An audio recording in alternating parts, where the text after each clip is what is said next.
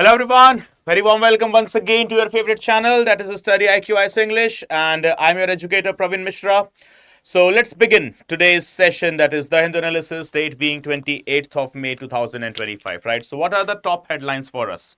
So guys, one thing that we must understand, the headlines, the top headlines that we discuss, these are the headlines which are always from the perspective. Okay, we do discuss only those news which are important from the perspective of our examination, prelims, mains, interview, and everything. We never discuss political news. We never discuss those news which are not relevant to you. Right. So, whole day's newspaper, the only agenda of this session is to provide you the concrete material, the proper concrete content, specifically that is related to your examination. Right. So there is, big number of articles, big number of news, and number of news basically. Okay, that is printed every day now with the Hindu or any other newspaper as well. With Ankit sir, you would be watching the Indian Express, right? So the fact here is we do not go ahead with whole of the newspaper. It's neither needed, okay, it's nowhere justified, right? We go ahead with only those news which are having some concrete relevancy from our syllabus.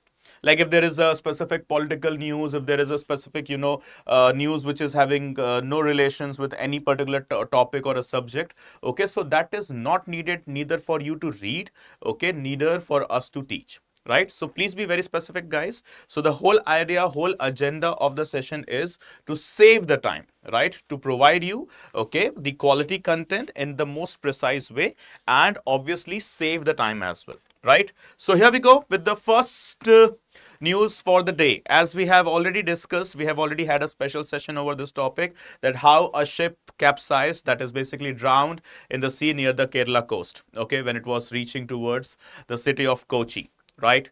So the ship, which was coming from the Eastern African country that is known as Liberia. Okay, so the Liberian ship which capsized, which was also having the CaC2, that is calcium carbide in it, and also apart from that, which was also having the furnace oil.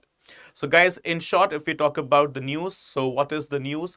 A Liberian ship reaching the Kochi coast of Kerala capsized just before it got harbored. Okay, it was about to harbor, so just before that it got capsized, and now it was having 640 containers, out of which 13 containers were having some lethal, some dangerous cargo inside it, including the CaC2, that is in short masala, in short also known as calcium carbide, apart from that furnace oil. And now what are the images what we are watching? The images that we are watching, the coastal contamination.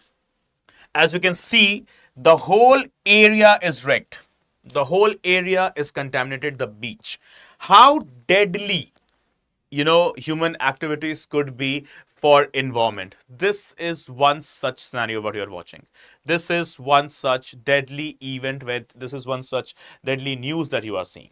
Okay, so whole beach has now got totally wrecked, totally and totally. Now it is devastated, and it will take time as well as resources, that is financial as well as manpower, okay, to just wipe away the this thing that has happened. We could have eliminated it. Okay, the fact is we could have not eliminated, sorry, we could have avoided it. We could have refrained from such type of an event if we would be having, or we would be providing more concentration, more attention on the quality of the ship, as well as on the proper and timely maintenance of the ship. See, when it comes to the accidents, when it comes to the collisions, from the air, waterways to railways, whatever, doesn't matter. Okay, accidents, they are accidents. Okay, it is claiming life, it is disturbing the life, it is disturbing the economy, everything. So recently what we have seen, just comparing the two news, just a week back, not even a week, some 4 or 5 days back, okay, what we have seen, airplane which was going from Delhi to Srinagar. Okay, the moment the airplane took off, okay, that means from the Delhi airport, suddenly it faced a huge level of turbulence. Okay, now this huge level of turbulence, okay, and the very disturbing weather over there broke the nose of the airplane. But the skilled pilots, the skilled captains, okay, the skilled captains and everything, they were able to land the plane in a very comfortable manner, in a very comfortable manner, as in which didn't claimed any life, which didn't troubled any person, which didn't actually provided any kind of the casualties, something like that. So that was the training of the captain, right? And apart from that, it was also the airplane which was well built up, which was well maintained as well, right?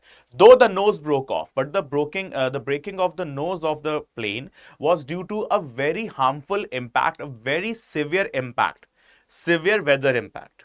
Okay, think about it. If there would be any loopholes inside the plane, and then the plane would have stuck into the turbulence, what would have happened at that time, right? It would have created some casualties, it would have created some catastrophic event at that time, right? So right now what has happened, okay, this Liberian ship which just capsized 3 days back, what has happened with the ship actually? So the ship was having problem with the excess. The ship was not that big, but still 640 containers were poured over it. And apart from that, there was also problem with the maintenance as well as the life of the ship. So these two things, okay, which should have been avoided.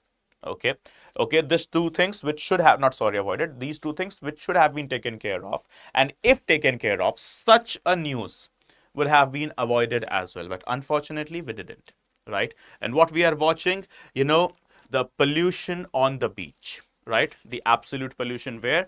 Absolute pollution on the beach, right? Troubling the aquatic ecosystem, terrestrial ecosystem, troubling the economy, tourism sector, basically, and everything. And if you remember, we discussed in our session as well, where we were discussing this capsizing of the ship. So there we discussed about the furnace oil. So if furnace oil, okay, it is poured over the surface of the water, surface of the sea or ocean, this floats towards the beaches where we know it very well, sands are present. And because of the presence of the sand, okay, when this oil mixes up with sand, it creates a very disturbing type of thing that is known as tack bills. Okay, that is known as what? Tack balls or bells, actually, tack balls, right? So as you can see, these are what? Okay, these are the wreckages of the ship, not the tack balls so far, but yes, tack balls, if created, okay, they will be a type of a lumpy material. Okay, very lumpy and slumpy material, something like this. Okay, which shall be, very difficult to handle as well, and which shall be very much dangerous to the marine life as well as the terrestrial life. Right? And yes, obviously the aerial life as well.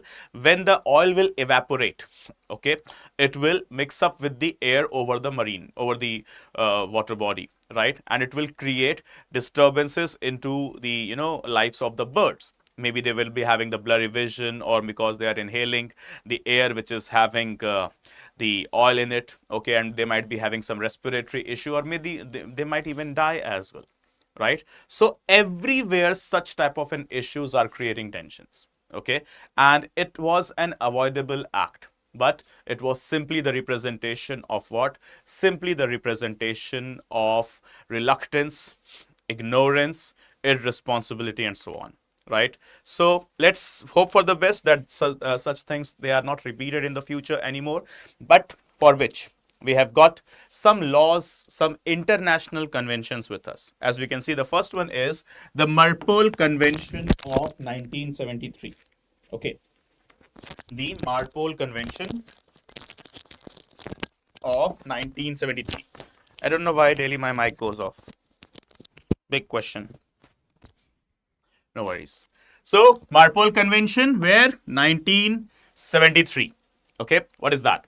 It covers pollution of the marine environment by ships from operational or accidental causes whatsoever. Right? Next, it lists various forms of marine pollution caused by oil spill, noxious liquid substances, harmful substances in the packaged form, sewage, and other garbage from the ships, etc. Right? So what is that? Marpol Convention, when it was signed in the year 1973, talks about any type of leakage whether it is oil, sewage, or any type of a harmful product or an element which has been leaked or poured over the water bodies by the ships. Okay, so it is for the sake of the prevention. And next we have got the London Convention of 1972. Just within the time gap of 1 year, we have got two conventions related to the ships. So its objective is to promote the effective control of all sources of marine pollution, and to take all practicable steps to prevent pollution of the sea by dumping of waste and other matters. So simply, once again, marine conventions. Okay, London Convention, okay, it is specifically based on the prevention of pollution in the water bodies, okay, sea, ocean, whatever. Whereas the Marpol Convention, it is specifically focusing about the marine pollution that is caused because of the ships having the voyage over the water bodies, ocean, water, whatever. Okay, doesn't matter, right? So this is, guys, two conventions. Remember, the Marpol Convention 1973 and London Convention 1972, focusing on marine pollution. London Convention specifically pollution with related to the marine aquatic ecosystem. Okay, Marpol Convention once again related to the aquatic pollution, but yes, specifically caused because of the seas having the voyage over the water bodies, right? So next, the next topic, the next news, the next headline for us today. Here we go. A very benevolent act by the police, and this time it's Rajasthan's Jaipur police, right? An act of benevolency, an act of, what we say, the kindness. One act of kindness can provide multiple ripples of help and safety throughout the globe. This is what we must understand. And Jaipur Police, it has roped in philanthropist activities now to help victims of crime. Okay, a unique rehabilitation program for the victims of crime launched by the Jaipur Police. It has brought relief to specifically vulnerable women and young children. Okay, so the initiative that involves the philanthropists is helping the affected families to get back on their feet, that is to restart their lives once, okay, or after they have been impacted because of any crime that has happened against them. So specifically, it is for women, okay, the victims of crime. Okay, any kind of crime that has happened against women, from assault to anything, right? And apart from that, it is also focusing on young children, right? So what Jaipur Police is providing? Jaipur Police is providing the much needed funds, much needed financial support to the victims of the crime. Victims of the crime, remember. Okay, specifically it is for the sake of what? It is for the sake of women and children. So guys, from the team of StudyIQ, we must be providing grand salute to such type of the philanthropist activities. Okay, so Jaipur Police, really a commendable and really an appreciable philanthropist and a benevolent activity it is, which which we must be learning from the police, which we must be getting the motivation from here, inspiration from here, and such a type of a thing shall be implemented throughout the whole country. Why just only Jaipur? Let's take the inspiration from Jaipur Police and let this inspiration be folded throughout the state of Rajasthan, Gujarat, Madhya Pradesh, Arunachal, Nagaland, Manipur, Kashmir, Tamil Nadu, Kerala, Lakshadweep, Andaman, okay, so UP, Bihar, everywhere throughout the India. Let it be have the pan India presence, right? Invite the philanthropists. Are you willing to contribute any kind of a sum, any kind of a money for the victims, those who are victims of the crime, so that they can restart their life? So yes. And now the most important thing, the Jaipur Police, they have got the very strong support from a group.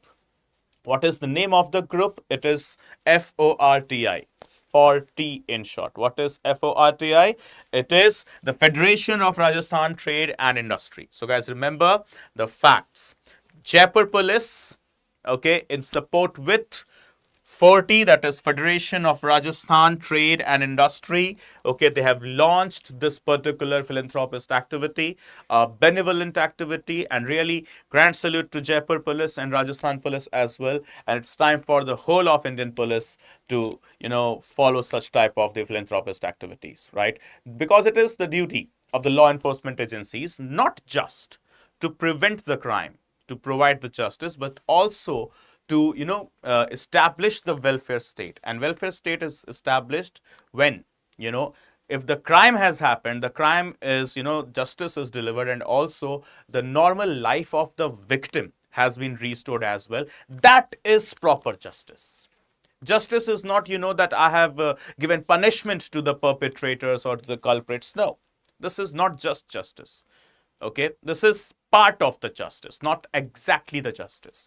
So giving punishment to the perpetrators, that's justice. Yes, part of justice. Now, getting the victims, getting the victims back into their life, providing them the normalcy again with much needed support is absolute justice. And this is where Jaipur Police has come forward. And yes, once again, thanks to the group known as FORTI, once again, Federation of Rajasthan Trade and Industry, right? FORTI. So once again, really thank you to all of these two departments to provide us such great news. And we are overwhelmed, right? I hope so. So here we go to the next news. Next topic, next headline. Citizens who reside in Ladakh for 15 years to be treated as domiciles. After the abrogation of Article 370, in the year 2019, what we have seen that Kashmir, not just Kashmir, that is Jammu, Kashmir and Ladakh, right? So it has grown a lot. Now let me tell you something. Tomorrow, we will have a podcast aired on our same channel, that is StudyIQ English, with Randhir sir. I don't know whether, how many of you are aware with the personality Randhir sir, a very fantastic teacher, a very fantastic mentor, and, extraordinary personality. Once again, I will quote, So he's associated, and he teaches you geography. I hope everyone is aware with Randhir sir, no doubt in that. So, with him, we had a podcast yesterday that shall be coming on air by tomorrow. So on the very same channel, guys, that is a StudyIQ English. So please stay tuned with the channel. Subscribe for the channel specifically so that you never miss any update. And yes, watch that particular podcast. It is based on the recent Kashmir issue. From Pulwama to Pahalgam, from Uri to Riyasi, we have discussed the, all angles which was possible to discuss, as well as the other agendas and other issues inside our valley, inside our crown, that is Kashmir, right? So guys, stay tuned with the channel and please do not miss that podcast. It's made for you. Just one agenda is to provide you the information. So stay tuned, and tomorrow I shall also share the link on my Instagram and Telegram. So just watch it, right? So coming back to the news here, post 2019, August 2019, 5th August 2019, when the Union Parliament abrogated Article 370 from the Constitution, that was providing some special status to Jammu and Kashmir. So what we have seen through the Jammu and Kashmir reorganization, Jammu and Kashmir was made the Union Territory, and Ladakh, which was part of Jammu and Kashmir earlier, was now made another Union Territory. Right? So Ladakh being a separate union territory, what we have seen since last 2 years, specifically activist come scientist or scientist turned activist Sonam Wangchuk has been demanding the incursion of Ladakh into the 6th schedule. But so far Ladakh has not been included in the 6th schedule. The demand is still going on, and the demand is absolutely on a very valid grounds, on a very logical grounds, on a very bona fide grounds basically. So demand is not wrong. Right? And now coming to the point here, that Ladakh, who is getting the domicile? So if you are residing in Ladakh continuously for 15 years, so let's say you have started residing in Ladakh after 2019 or since 2019. So from here, 15 years shall be calculated, and it shall be concluded by the year 2034. So by 2034, as per the legislation, as per the act, you shall be getting the proper domicile of being a Ladakhi or the resident of Ladakh, right? So guys, what is the whole news? As we can see here, the union government is considering a new policy, under which Ladakh, will be given, the citizens will be given domicile if they stay 15 year, okay, in Ladakh, beginning in the year 2019. Okay, and now this shall provide some seas of relaxation to the people of Ladakh, specifically those who are concerned that what will happen if, too many people start residing in Ladakh. Will it not trouble the local economy? Will it not trouble the local people's right to gain jobs and positions inside Ladakh? So yes, the concern was very much valid, and because of which the government has came forward with the policy that, okay, if you're residing in Ladakh since 15 years, domicile will be granted to you, right? And now we talk about how much reservations are given, how much reservations are provided to the people residing in Ladakh. So as we can see, the Jammu and Kashmir domicile policy notified in 2020 removed the concept of permanent residence, stating that anyone who has resided for 15 years in the UT of Jammu and Kashmir or has studied for 7 years and appeared in class 10th and 12th examination in any educational institution in the UT of J&K, or who is registered as a migrant by the Relief and Rehabilitation Commissioner, okay, will be considered a domicile. Simply 15 years continuously you have resided, or you have studied there for 7 years, given your 10th and 12th, that is plus 2 and the high school from there, so you will be given the domicile of Ladakh. Okay, when we talk about the reservation, at least 80%, as you can see, 80% vacancies are reserved for the scheduled tribes, 4% for the people living along the line of actual control, okay, and 1% for the scheduled castes, and 10% for the economically weaker section in the Ladakh region. Okay, so as you can see, totally, a fair level of differentiation or fair level of distribution has been done, okay, where inside the state of Ladakh. And the locals, they feared, what if too many outsiders they start residing in Ladakh? Will it not serve bit of injustice? So in order to provide relief to the demand and to the concern of the locals, okay, this is what the new policy government has came forward with. Okay, so remember guys, this is a proposal, yet the policy is not yet properly implemented. It is about to be implemented in the near future. So remember, it is a proposal so far. Okay, the policy is yet to be implemented, yet to be, right? So next, the High Court grants bail to Pune student. The Bombay High Court has granted the bail to Pune student for, okay, who was held for a post over her social media during the Indo-Pak conflict recent. Okay, see what has happened. There was a girl, second year engineering student, okay, who posted some anti-India comments, some anti-India story or anti-India content over her social media, because of which she faced backlash. Obviously, true, deserving backlash. Obviously, being an Indian, you can't post anything against India. That's against the constitutional morality, right? But the point here is, the girl sooner realized her mistake when the people started criticizing her. The backlash started basically. So the girl, honestly, she came in front of the media, okay, social media as in, and she demanded a public apology, and she deleted the post as well, right? She basically deleted the post as well. But even after she deleted the post, even after she demanded the public apology, she was taken into the custody as per the Information Technology Section 69 capital A Act of 2000, right? So she has been since custody, since she has been in custody since last 10 days, okay, in the Yerwada jail in Pune. So she appeared, okay, she approached the Bombay High Court to provide her the relief and the bail.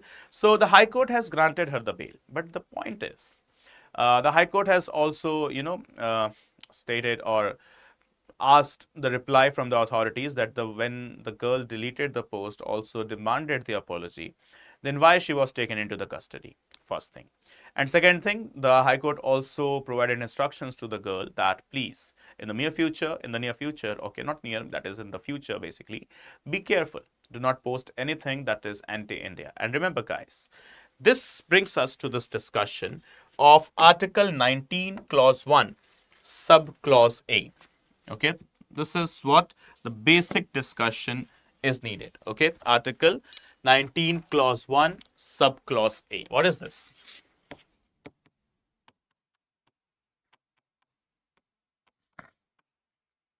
Freedom of speech and expression. Freedom of speech and expression. I can speak anything.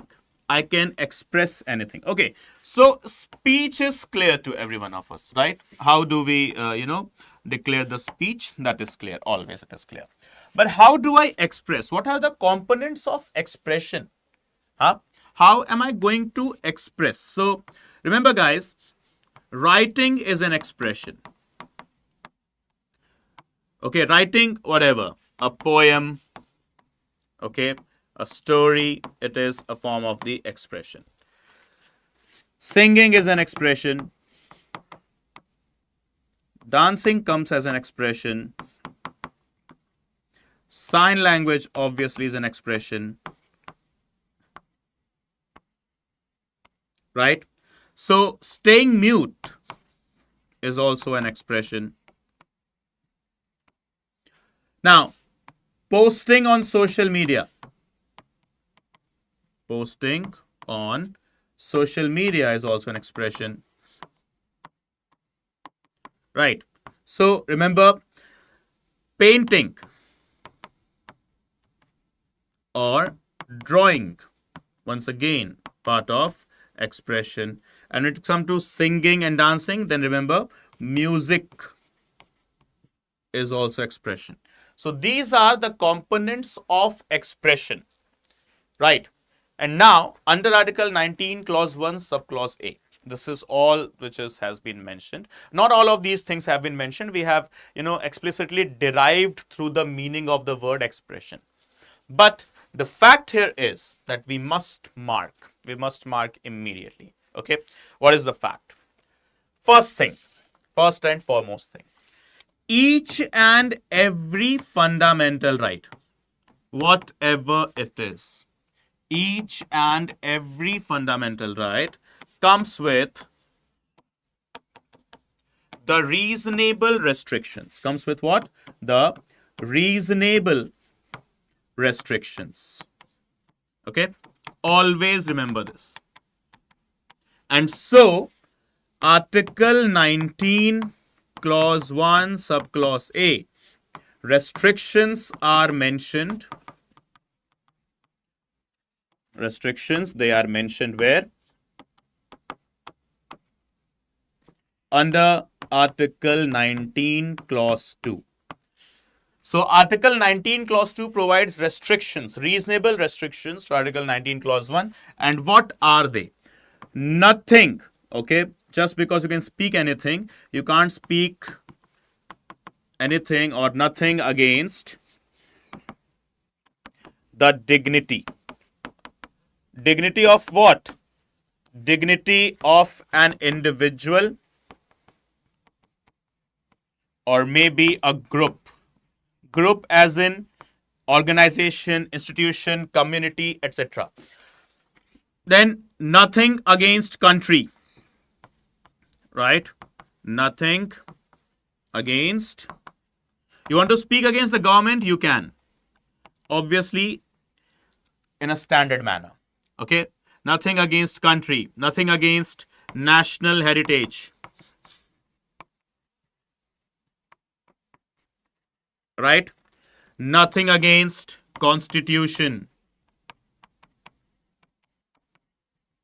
Nothing against defense machinery. So speak anything, but remember, nothing against these things. So these are what? Reasonable restrictions, reasonable in nature, right? So be very specific. So what the girl did, though she deleted the post, yes, she, called for the public apology as well, but ultimately, she made a mistake, first of all. though the authorities should have shown a bit lenient attitude, but ultimately it becomes, sometimes difficult for the authorities as well to spare everyone. When it comes to the nationalism and patriotism approach, patriotist approach, right? So it becomes difficult. Okay, so they might have not spared because they might have been thinking about that why even the Indians, and that too specifically college-going teenager. Okay, though she was not a juvenile, so that's why she was taken as an adult. So 19-year-old only, but still 19-year-old, not a juvenile ultimately, right? So the patriotic element is sometimes kept into the question. And sometimes it becomes difficult for some authorities to ignore it. Specifically, when it comes to the age factor, that when you are in this age right now doing this, then what will happen when you grow up? You might become some, anti-Indian element as well. What happened with that, idiot Jyoti Malhotra? Means, like, I'm sorry for my words, but still, okay. What she came to be? She came to be a bloody spy. Spy of what? Pakistan. How can you even do that? How can you even think of that? Okay, being an Indian, resident of India, right? Coming from the state of Haryana, people, the Haryanvi people are one of the most patriotic people, that is, in my experience, what I've seen, right? So coming from the perfect soil of Haryana, right? And you were just, getting against India, providing all the details to Pakistani, that shame on you, right? Now, when going to the jail, UAPA and NPA, both of these acts that has been imposed on that bloody girl, idiot girl, right? So spying against India, and that too for Pakistan, right? How can is it means like how can you be so pathetic, right? So this is where authorities were also irritated, right? That they were watching some people, Indian people, at least 15, 16 people, they have been arrested on the grounds of espionage for Pakistan. Unlawful Activities Prevention Act and National Protection Act has been imposed over them, right? And now they will never get bail. They will never come out to back to public life. Never. Okay. For at least 10, 20 years, they are gone. Right? So remember, guys, India, this is my country. We take the pledge. India is my country. All Indians are my brothers and sisters, right? We do take that pledge in our school days. So how can these people forget? So remember, nationalism and patriotism is an element that even Constitution specifies under Article 51, capital A, DPSPs, in fact, are fundamental rights, right? So that is something that you have to take care of always, whatever you are, wherever you are, whosoever you are, right? Okay. So that is why, even the court, the Bombay High Court, while providing the bail, okay, they thrashed the judges, they got angry on the authorities, but even authorities, they were having this philosophical, psychological, mental, and national element in their mind, right? So the only reason. So I hope this is clear, right? So we move on to the next news here. Bengal government slapped us with punishment postings, says the doctors. In India, right now, well, not much relevant, just a message I want to give here. That the Bengal doctors, the Calcutta doctors, West Bengal, okay, when they protested against the crime which has happened in the year of 2024 in the RG Kar Medical Hospital. So they protested, right? And now they protested for justice. Their protest was not against, anything bad. Their protest was for something right, for something good, right? So they protested, and now what is happening? These guys, these doctors, they have been now given the punishment postings. These doctors are getting troubled, okay? So getting justice sometimes becomes very difficult. But remember always, Satyameva Jayate. This is what the statement we have always. In Hindi, there is a wonderful saying, Satya parajit nahi ho sakta, Satya pareshan bhale hi ho sakta hai. Okay? Satya pareshan ho sakta hai, parajit nahi. Truth can be troubled, but cannot be defeated at any cost, right? So to the doctors with, those who are facing such type of an issue, deepest sympathies, and yes, all type of support, whatever will be possible, shall be given by the whole of the state, by the whole of the nation, right? Okay, so guys, remember, this is what just a message, nothing relevant, okay, from the perspective of the news, from the perspective of the examination. So let's move forward to the next one. Aam Aadmi Party legislator or a politician known as Naresh Palyan has been taken into the custody because of the act known as MCOCA, that is Maharashtra Control of Organized Crime Act. It's time the politicians must understand that the previous era has gone.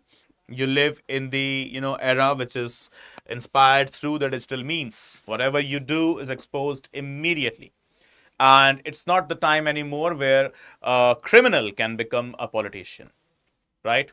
Not anymore, right? So if you have become the politician, whatever your mindset used to be, you'll have to keep it aside, right? And now there is an outgoing MLA, name is what? Naresh Palyan, taken into the custody for what? Maharashtra Control of Organized Crime Act. Okay, so the special judge, okay, has denied the bail. That is no, not possible. Okay, you are taken into the custody because of the organized crime. You were taking the bribes. Okay, you were taking also the hafta vasuli, that security money from the people. Pecuniary crime is not permitted at any cost, right? So Maharashtra Control of Organized Crime Act, in short MCOCA, Makoka, has been the slang term used, 1999, right? So what are the features to Makoka? Here we go. It was introduced to tackle organized crime activities in Maharashtra. But the act is not limited to the state of Maharashtra through the doctrine of territorial nexus. Okay, this act is also applicable to the state of NCT, simply Delhi. Okay, remember, though the name is Maharashtra Control of Organized Crime Act, but through the doctrine of territorial nexus, this particular act legislated in Maharashtra is also applicable in the National Capital Territory of Delhi. And every offense under the act is cognizable offense. That is severe offense. It could be non-bailable in nature as well. So every offense punishable under this act shall be triable only by the special courts constituted under this act. So remember, guys, a particular case of Makoka shall be tried not in the general courts. No, not possible, right? What do we need is a special Makoka court itself, right?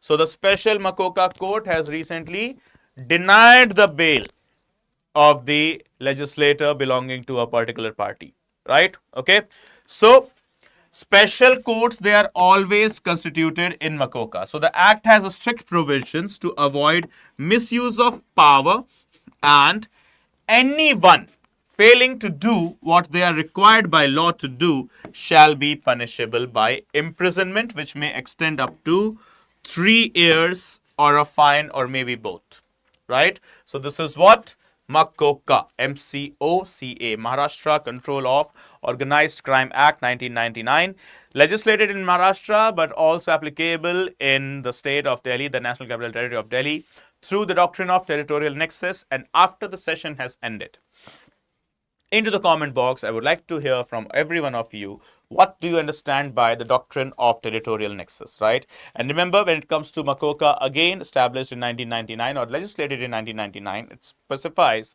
that the Makoka cases shall be heard or tried only into the special courts established under the Makoka Act, right?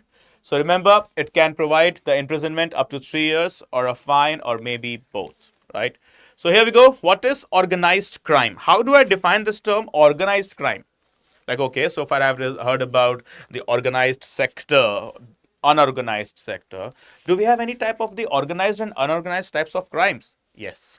What do we understand by the term? Okay, simply, how do I justify the term organized crime? So, firstly, organized crime, or activities refer to actions carried out jointly by a gang, basically, or severally by the members of a gang or a syndicate whatsoever, with the intent of obtaining pecuniary as in involving the money, that is extortion. Simply pecuniary. You can take the one word, extortion, or any other thing, any other advantage, right? Types of organized crimes, what are they? Organized gang criminality, racketeering, running away, operating any racket, syndicate crime, or even smugglings. They are part of the what? Organized crime. And they operate covertly, obviously, exploiting gaps in law enforcement and regulations, right? So here we go. Remember, India at the national level, okay, India, that is at the national level, we do not have any specific law to deal with organized crime at the national level. Okay, the existing laws such as the National Security Act of 1980, the Narcotic Drugs and the Psychotropic Substances Act of 1985, they are inadequate as they target only individuals, okay, and they do not target the whole groups, racket, or the syndicate, etc., the gang, etc. Some states, such as, for example, Gujarat has got the Gujarat Control of Organized Crime Act 2015. Karnataka has got it, okay. Uttar Pradesh has got it. Maharashtra has got it, which is also applicable in Delhi. But pan-India, unfortunately, we do not have such type of laws. That is, now we understand it is needed as well. Okay.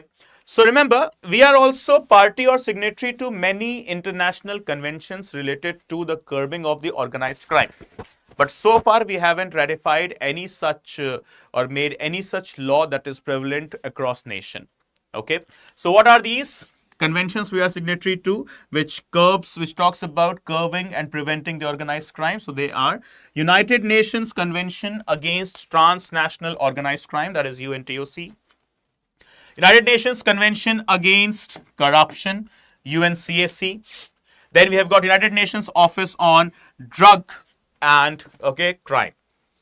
It is UNODC. So UNODC, UNCSC, and UNTOC, India is signatory to all of them. But unfortunately, so far, till date, we haven't marked or we haven't created or legislated any such law that is prevalent throughout the nation, that is prevalent throughout India, which talks about the curbing of the criminals through the organized crimes, okay, curbing of the criminals involved in the organized crime, right? States they have got UP, Karnataka, Maharashtra, Gujarat, as well as Delhi. Okay, Delhi hasn't legislated itself, but remember, taking the MCOCA, that is Maharashtra Control of the Organized Crime Act 1999, this is only the act which has been followed by Delhi itself. Okay, so yes, it's time for us to have a particular all India legislation related to organized crime.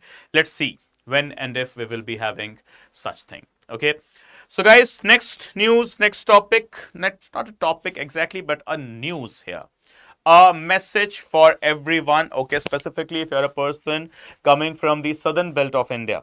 Okay, so if we are someone who are residing in southern parts of the country, specifically Karnataka, Kerala, Tamil Nadu, and even Maharashtra, so remember, okay, the orange alert as well as the red alert has been issued by the IMD. Okay, a heavy rainfall because we have seen in last 35 years it has happened for the first time, okay, that monsoon has arrived early as per the expected date. So yesterday we discussed in the same session about the Bharat forecast system and the Doppler radar system, right? Though no one did the homework on the Doppler effect. I was waiting whole day. I checked the comments, but no one provided the comments on the Doppler effect. Today also have given you the question. So let's see how many of you are going to provide the answers. Okay, but here we have got, okay, that after 35 years, it has happened for the first time that monsoon has arrived in India. Okay, it is the onset of monsoon, okay, which has, which has arrived before the expected date, right? And it is providing some heavy showers. So guys, remember specifically IMD has issued what? The orange alert. Okay, and the regions specifically, it could be the Karnataka, not could be, actually it is as per the IMD's statements, Karnataka, Kerala, Maharashtra, as well as Tamil Nadu, right? So heavy rainfall we can witness. So guys, please be very aware. Okay. So here we go to the next thing. Defense Minister approves AMCA fighter jet execution model through industry tie-up. So, Defense Minister, obviously we know it very well, Rajnath Singh has stated what? That AMCA shall be created not just by the government agencies, but also private players would be involved in it. Okay. So, let's not just go for the whole news, a very lengthy news. Okay. And the most important thing that we need to discuss here is AMCA. What is AMCA? Basically, Advanced Medium Combat Aircraft. Okay. So, first of all, okay, Advanced Medium Combat Aircraft is India's fifth generation fighter, multi-role fighter jet. Okay, fifth generation multi-role fighter jet. Okay, remember so far, even you talk about Rafale. Rafale is also 4.5 generation. Remember this thing. Rafale is also not the fifth generation. We need to tackle the we need to counter our neighbors as well, China and Pakistan. What China has done in December 2024, it has successfully tested its first ever sixth generation fighter jet known as J-35 Draken. And around 40 J-35 Drakens are given by China to Pakistan. Na Pakistan, kahe ka Pak, right? So this is what is happening on our borders. The two of the greatest rivals, not rivals, basically enemies and adversaries, that is Pakistan and Na Pakistan and China, they have got what with themselves? The sixth generation fighter jet. The sixth generation fighter jet, which is having a very advanced feature, it can, dodge the radar systems as well. And specifically talking about J-35 Draken, the most wonderful feature, which is now, become the center of attraction and the point of discussion throughout the globe, that J-35 Draken is having the capability to enter the Earth's exosphere. That means it can, travel outside the space, means like over the Earth's surface. Like not exactly the space, guys, remember. It can't go into the space specifically, okay, but yes, can touch the boundaries of a space, that is exosphere, and can re-enter the Earth's atmosphere. That means, it will be difficult for us, for any particular thing, okay, for any particular country to intercept it on time. And it can also, it is made specifically with absolute stealth technology, so it will be difficult for the radar to identify it as well. So simply, it can dodge the radar, it can dodge the interceptors as well. So it's not wonderful news for us specifically, though it's an achievement for China. And yes, congratulations China for on your successful test and induction of J-35 into your Air Force. And yes, it is a concern again for us, because 40, not 1, 2, 3, 4, 40 of J-35 Drakens are given by China to Pakistan. So in the next 2 years, okay, Pakistani Air Force would be upgraded or equipped with J-35 Drakens, 40 J-35 Drakens.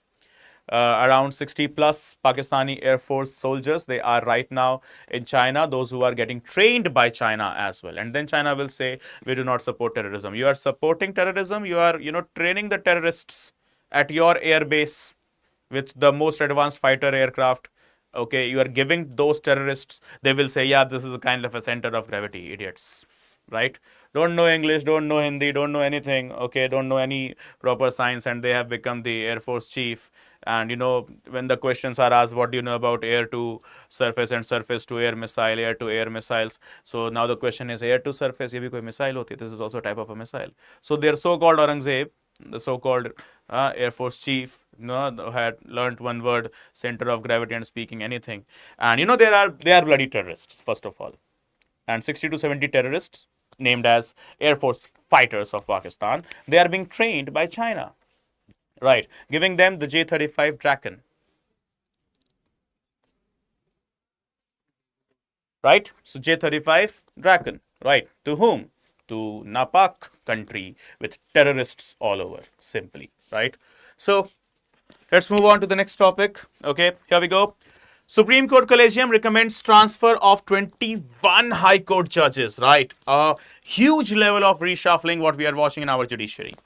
So, just one thing. Remember, we will be having a special session on Justice Yashwant Verma's impeachment, whether the corrupt judge will be impeached.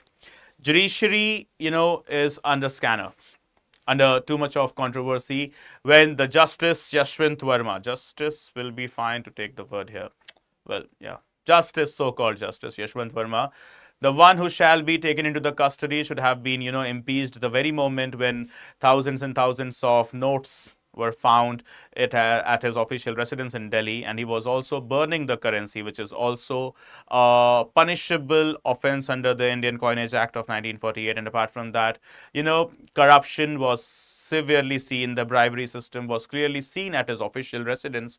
So rather than suspending the judge or asking him to be shunted and going ahead with a proper investigation and inquiry, that is basically start of the impeachment procedure, he was honorably transferred from Delhi High Court to Allahabad High Court. He took the oath and he started working as well, with no guilt ever on his face. Then secondly, right now, the impeachment procedure, thanks to the government this time, right? So the government of India has now initiated the impeachment resolution against Justice Yashwant Verma. Okay, somehow he is Justice Yashwant Verma, right? So we will be having a special session over the so-called judge, okay, the corrupt judge, Mr. Verma. So, but right now here it is the Supreme Court's collegium, okay, which has recommended the transfer of 21 High Court judges. 21 High Court judges, a very major reshuffling in the past some months, what we have seen, that such huge level of reshuffling or transfer doesn't happen. But this is happening right now, so let's discuss it. Can the judges be transferred, first of all? Is there any constitutional provision to it? Yes. Under Article 222, Clause 1, okay, of the Indian Constitution, as what you can see here, okay. So, under Article 222, specifically 222, Clause 1, okay, it has been mentioned, okay, that Constitution, it empowers the President. Remember whom? The President, based on the recommendations of the Chief Justice of India. Remember, guys, President can transfer on the recommendations of whom? On the recommendations of Chief Justice of India, to transfer a judge, including the Chief Justice of any High Court, from one High Court to another. And remember one thing, whosoever is getting transferred, whosoever the judge is getting transferred, okay, is not required with the consent, okay. So let's say if there is Judge X, okay, he or she is getting transferred from one High Court to another. So is the consent of the judge required? No. Transfer ho raha hai, chalo. Abhi, okay, transfer is getting, and now go, done, right? So no consent of the judge is required, right? So for transferring, we talk about the constitutional frames here. For transferring a judge, not Chief Justice of any High Court, just talking about the judge, the Chief Justice of India consults the Chief Justice of the transferring High Court and the receiving High Court and considers input from one more Supreme Court judge, okay, who know the concerned judge's performance. So basically what is happening, let's say for example, consider Justice Yashwant Verma's case. He was serving in Allahabad High Court, Delhi High Court, and from Delhi High Court he was transferred to Allahabad High Court. So who will be the persons involved? So it will be the Chief Justice of India, and Chief Justice of India will be considering the transfer with the Chief Justice of the Delhi High Court, that is from where he is being transferred, and then Chief Justice of the Allahabad High Court to where he is being transferred. So Chief Justices, three Chief Justices, Chief Justice of India, Chief Justice of the Court, High Court from where the transfer is happening, and the Chief Justice of the High Court to where the transfer is happening. So in Justice Yashwant Verma case, it was Chief Justice of India Sanjeev Khanna at the time. Then it was the Chief Justice of the Delhi High Court from where the transfer was happening, and then the Chief Justice of Allahabad High Court where the transfer was happening. Okay. So this is what the things that have to be involved, and this was stated clearly by the Supreme Court in the third judge's case 1998. Okay. Now, Supreme Court dismisses plea to clarify facts to protect Savarkar's name under the Emblems Act. Okay. So what has happened? Let's just discuss this. The Supreme Court on Tuesday, that is yesterday, rejected a plea seeking to protect Hindutva ideologues Veer Savarkar's name under the Emblems and Names Prevention of Improper Act 1950. So, appearing before a bench headed by Chief Justice B.R. Gavai, a petitioner in person, that is known as Pankaj Fadnavis, said the court must allow him to set right and establish certain historical facts concerning Veer Savarkar, okay, to stop misunderstandings about him. Right, so for which Supreme Court has rejected the petition. Now the concern is the Emblems and Names Prevention of Improper Use, okay, Act 1950. So first of all, remember it extends where? It extends to whole of India. Okay, extends where? Extends to whole of India and also applies to citizens of India outside India, but only citizens of India outside India. Okay. Second, the features or basically the terms. The emblem. Any emblem, seal, flag, insignia, coat of arms, or pictorial representation specified in the schedule. It is emblem. Competent authority. Who will be the authority? The competent authority, basically. Any authority competent under any law for the time being in force to register any company, firm, or other body of persons or any trademark or design, simply speaking, any particular body, okay, entitled with such powers made through a statute, okay, shall be given the authority to legislate or to actually investigate any case, okay, under the Emblems and Names Preventions of Improper Use of Act 1950. Right, guys? So remember, guys, one thing we have got to discuss a few of the points more here in this topic, okay, in this session. But unfortunately, okay, there is some other task to be taken care in this particular studio. So this one topic is left for today's discussion. So don't worry, okay, we shall add this topic in tomorrow's The Hindu Analysis and we shall be going ahead with the proper discussion. So guys, thank you so much for joining, first of all. And remember, you need to hit the subscribe button of the StudyIQ as English channel. Please make it clear that you have subscribed it so that you never miss any update from the channel. And apart from that, if you wish to connect with me, we can connect on two platforms. That is on Instagram in the name of username Praveen Mishra _2107. Okay, so you can search me there. And on Telegram, you can join my channel. Okay, for all such notes, PDFs, etc. So this particular PDF will be shared with me by me immediately after the session. Okay, so if you have joined the session, you will get the PDF. So what is the name of the channel? Study_with_Praveen. So guys, quickly join the channel, okay? And apart from that, if you have any doubt, please do let me know. I shall be happy to help you. Okay, guys. So thank you so much for watching. See you soon in the very next session. Good day. Take care. Jai Hind. Jai Bharat.